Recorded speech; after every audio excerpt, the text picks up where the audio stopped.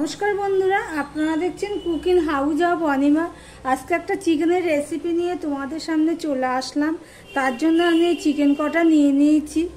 এগুলো আমার আগের দিন ছিল, আগের দিনে চিকেনের একটা রেসিপি করেছি, তার থেকে কটা রেখে দিয়েছি এই রেসিপিটা করার জন্য।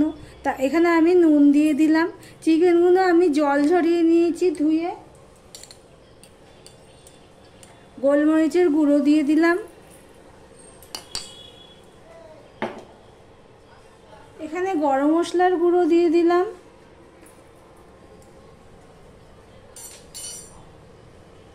যারা ভিডিওটি লাইক দিতে ভুলে গেছে চট করে একটা লাইক করে দিও। এখানে লঙ্কার গুঁড়ো দিয়ে দিলাম অল্প, যেহেতু অল্প আছে সেজন্য অল্প একটু লঙ্কার গুঁড়ো দিয়ে দিলাম। একটু জিরের গুঁড়ো দিয়ে দিলাম। একটু ধনের গুঁড়ো দিয়ে দিলাম।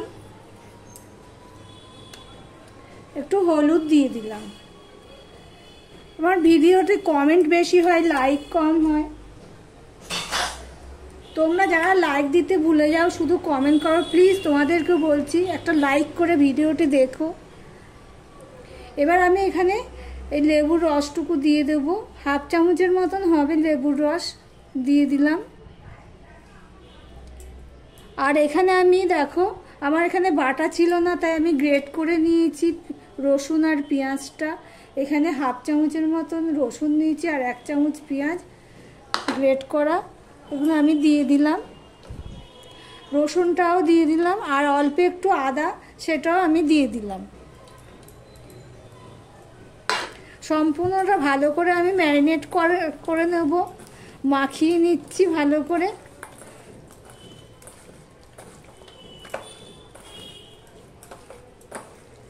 খুব ভালো করে মাখিয়ে নেব। ভিডিওটা স্কিপ করো না, পুরোটা দেখার অনুরোধ রইল। আর যারা লাইক করো না প্লিজ লাইক করো, তারপর কমেন্ট করো।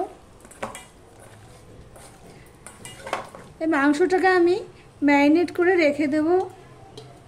2 ঘন্টা তো রাখতেই হবে মিনিমাম, তাই আমি দেখি কতক্ষণ রাখি, কখন করব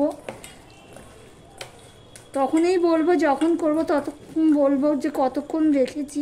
তবে মিনিমাম 2 ঘন্টা রেখে দিলে ভালো হয়।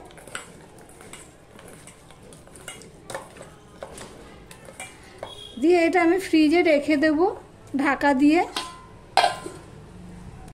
এদিকে দেখো সন্ধ্যাবেলা চলে এসেছি, ওটা দুপুরবেলা করে রেখেছিলাম, মাংসটা মাখিয়ে রেখে দিয়েছিলাম, ফ্রিজ থেকে বের করে রেখেছি।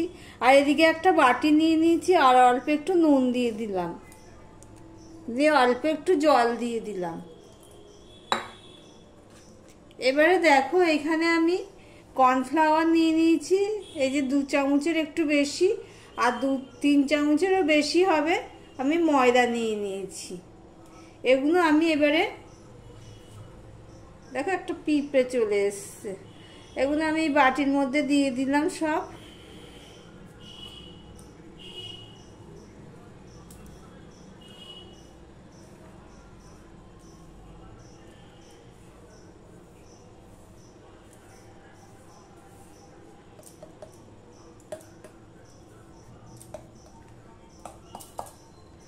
বাটির মধ্যে সব দিয়ে দিলাম। এবার আমি এটা গুলে নেব।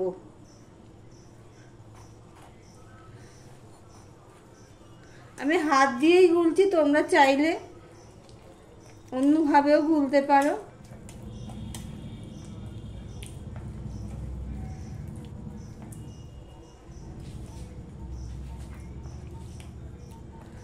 এখন বর্ষার সময়, বৃষ্টির সিজন, এই সময় এই ধরনের খাবার খুবই ভালো লাগে খেতে।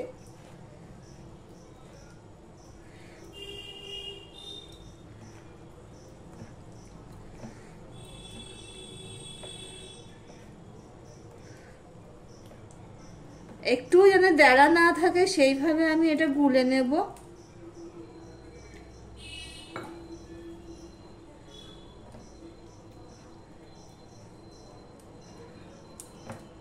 সন্ধ্যের টিফিনে ভালোই লাগে। আমি দুপুরে করে রেখে দিয়েছিলাম রান্নাবান্নার পরে, প্রায় 5-5.5 ঘন্টা পর এসছি। দেখো ঠিক এরকম হবে, এইভাবে আমি এটা গুলে নিলাম। এই দেখো গুলে নিয়েছি, ঠিক এরকম থিকনেসটা হবে। আর চিকেনটা এখন নর্মালে চলে এসছে টেম্পারেচারে। এই দেখো চিকেনটা ঠিক। ওদিকে এবার কড়াই বসিয়ে দিয়েছি, কড়াইটা গরম হোক। কড়াই গরম হয়ে গেলে তেল দিয়ে দিয়েছি, তেলটাও গরম হয়ে গেছে। আমি একবার এইভাবে দিয়েছি, আবারও তোমাদের সামনে করে দেখালাম। এবারে আমি একটা একটা করে চিকেন এর মধ্যে দেব।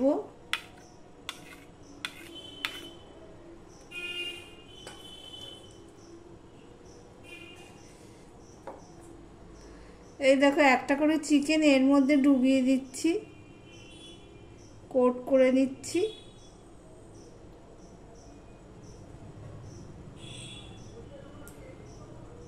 কোট করে নিয়ে এবারে তেলের মধ্যে ছেড়ে দিলাম। আবারও আরেকটা নিচ্ছি। এই দেখো আরেকটা চিকেন নিলাম, নিয়ে এর মধ্যে দিয়ে দিলাম, কোট করে নিলাম। আবারও দিয়ে দিলাম চিকেন ফ্রাই। আমি প্রথমে দুটো দিলাম, এবার উল্টে পাল্টে এগুলো আমি লাল লাল করে ভেজে নেব। মিডিয়ামে দেবো, কেন মাংসটা সিদ্ধ হতে হবে তো, ওই জন্য একটু সময় ধরেই ভাজতে হবে।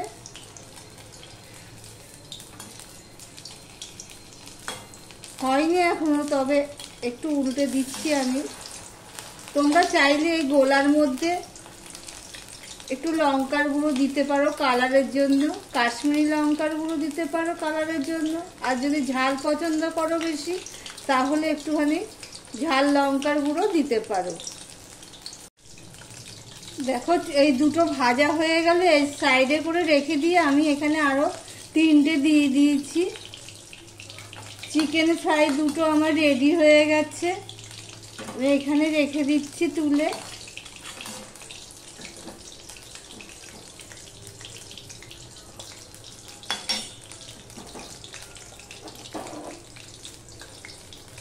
ঠিক এইভাবে আমি সমস্ত চিকেনগুলো ভেজে নেব।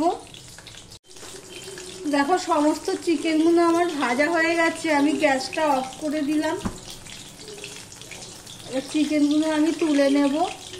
ভিডিওটি যদি পছন্দ হয়ে থাকে তাহলে লাইক কমেন্ট শেয়ার করে দিও। আর যারা নতুন নতুন রেসিপিটি দেখছো সাবস্ক্রাইব করে দিয়ে পাশে থেকো।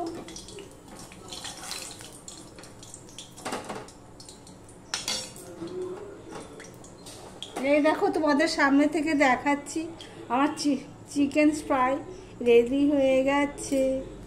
ভিডিওটি আজকের মতন এখানেই শেষ করলাম, আবার অন্য কোনো রেসিপি নিয়ে চলে আসবো। টাটা।